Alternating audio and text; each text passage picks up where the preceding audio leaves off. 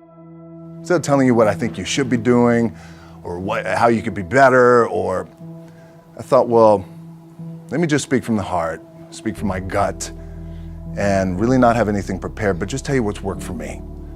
And maybe some of the stuff that's worked for me might work for you now, currently, presently, as you guys have your goals and ambitions, but then further on down the line, as you guys continue to live your life. This idea and this notion that you could be anything you want, you can accomplish anything you want, right? We hear that. You've heard that from the time you were little boys. You hear that now. You're already incredibly accomplished. You guys know that. The thing that has worked for me is to remember the hard times.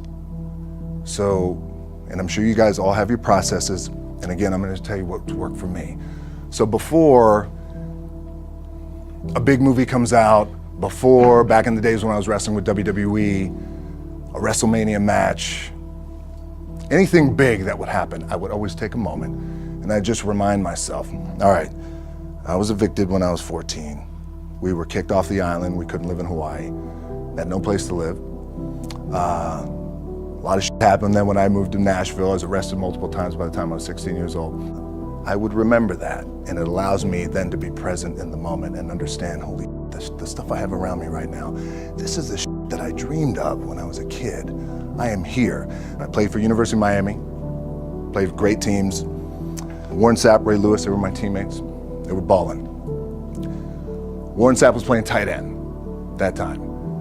I was starting defensive tackle. Yeah, they moved him over to D-line.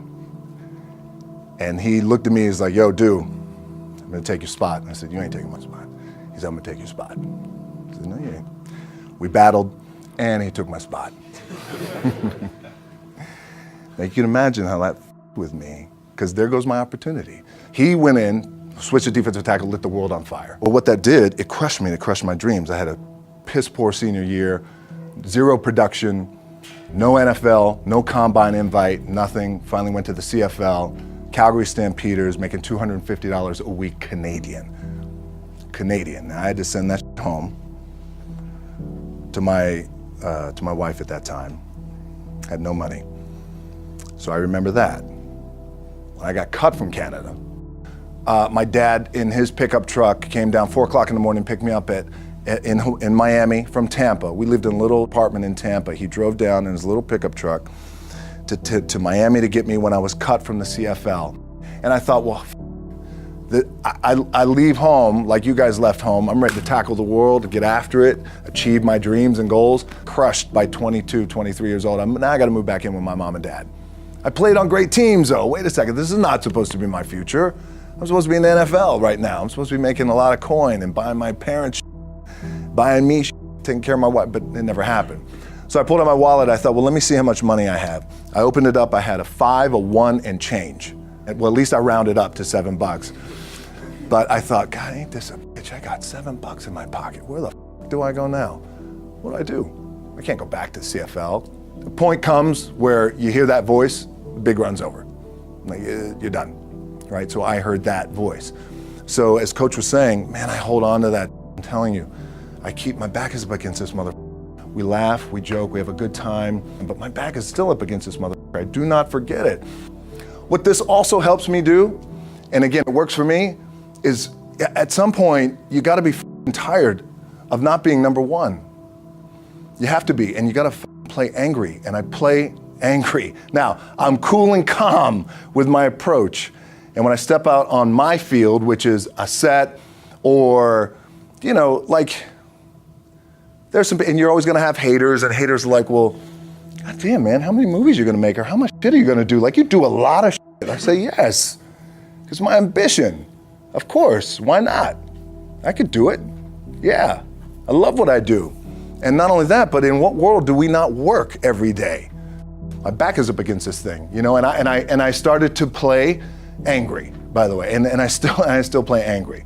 My last match, Brock Lesnar, transitioned, and I realized if I had to be great at something, I wanted to be great in this world of Hollywood and movie making and producing and entertainment, I had to commit, and like you guys have to commit. Obviously, you commit to something, commit to the goal. So I quietly retired 2 years later, I thought, what did I do with my career? Because my movies were not doing well.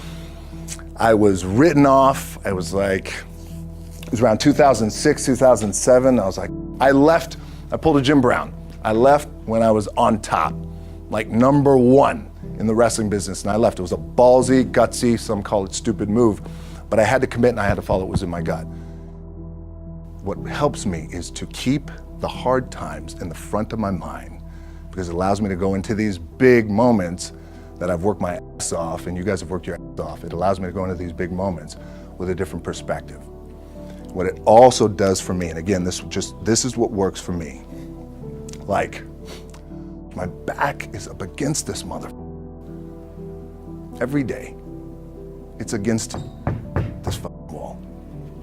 But it's up against this mother because it's what I believe in. And when my back is against this mother, then there's nowhere to go. But that way, that's it. Doesn't mean you don't smile. Doesn't mean you don't laugh and joke, right? You're happy. I'm a happy guy. But when it comes to business and when it comes to executing, it's up against this. And I got to go that way. And I don't give a fuck who is in front of me. They're not going to stop me. The key for me was, where does it start? What's the anchor? What's the anchor? So I could have all these ambitions, and you guys have all these ambitions, which is great. It's important. I'll play this role, you'll play that role. I'll execute this thing, and it'll come out this summer. You guys will execute this thing during the summer, right, when it's time to really put in a lot more work. But the key with me is just always finding what the anchor is. And the anchor is getting up at 4 o'clock in the morning every day before anybody else and grounding my thought process is in the no one will outwork me. No one. I love and I respect you guys. You motherfucker won't outwork me. All starts with this. 2 hands, putting it to work. My last match in WWE, I'll share this with you guys too, is that, again, because there's a little bit of takeaway here from all this, is I wrestled John Cena, and I went in, I think it was 2013, I went in WWE champion, and we went in MetLife Stadium. We had a record-breaking attendance, which was amazing that night. We accomplished our goal. So I wrestled with John Cena. We had 45 minutes planned for the match. It's nonstop, go, right? So your conditioning is tested. And at that time, I wasn't full-time in WWE. I was just doing these spot matches where I was still shooting G.I. Joe, I think, or Pain and Gain at that time. It was Fast and Furious 6 in London. Had to travel in the ring, get all my ring work in, travel back to shoot Fast and Furious, then back, WWE Raw, doing those shows. The big build up to WrestleMania against John. We get to MetLife Stadium. It's a big night. This is it. It's game night, right? It's championship night for me. 45-minute match planned out. There's no cut. There's no, all right, well, let's pick it back up tomorrow. You know, it's go time. It's just like you guys in a game. At the 15-minute mark, bang! I feel something pop. I'm like, boom, what the I'm laying there, and both of us are out.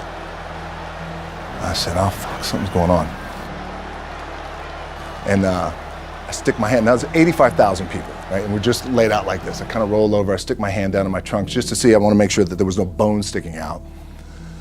So if there's no bone sticking out, what the f, something just happened. Referee comes over and he's like, Rock, you all right? And I'm like, yeah, I think I'm all right. I said, I get up, I go to step, and I can't step. I can't do this. I have to use my leg like momentum. I gotta do that. So now in that moment, and you guys are gonna have these moments, you probably already had them already, where you're in the game and you're in the thick of things, and you gotta make a decision. What I gotta do? I'm gonna stay in the game, I committed to the team, I committed to my team, the whole entire roster, right? So I could tell, the ref says, are you okay? And I have one moment. In this moment, it was a defining moment. I could either tell him, no, I'm done. He gives the signal, match is over. Or, let's keep going. We have this decision. And I said, no, let's keep going. I said, how much time is left? He's like, 32 minutes. I'm like, okay. Rest of the whole match, couldn't move. doing everything like this. I'm getting scared because I'm thinking, man, well, what happens if I pinch something or something like, I don't know, your mind starts fucking with you in the moment. There's 85,000 people, your adrenaline's rushing. Thinking, man, what happens if I'm gonna lose my leg or some shit like this, if I've just done something to my artery? Final move of the match is his big finishing move. And I remember I'm getting up and I'm turning like this because I have to fall into him. He's gonna hit me with his big finisher. I remember turning into John and he says, and I remember thinking to myself, God, please don't let this be too bad. Just take care of me. Take care of me. Bang! I feel boom! Now I don't know what the just happened. Now luckily the match is over. He pins me, 1, 2, 3. Comes in the back, I get to the back, I can't move. Now I'm getting a little nervous. Get on a jet, rushed home to my doctor's down in Florida, and get an MRI, find out that I have completely torn my adductor, the top of my adductor and my top of my quad off my pelvis.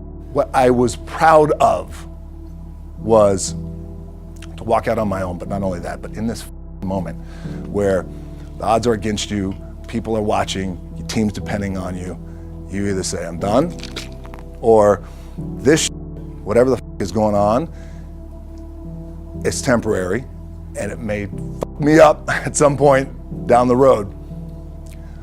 But I'm not gonna let this opportunity go by without giving it my all. As you guys know, there's nothing you can't accomplish. You're gonna go on, you're gonna become world champions. The key for me, what I think one of the keys is, remember where you came from, keep that in the front of your mind, and when shit goes bad and it goes sideways, a lot of shit does, you're getting booed out of the building, or you're coming through this injury, or people are writing you off, oh, you guys ain't make it, any of that. You gotta keep it in here.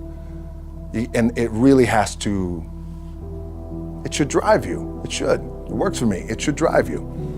You got all the talent in the world. It's all here. Really, the two things I want to say are, you gotta be the hardest workers in the room. And don't f the opportunity up.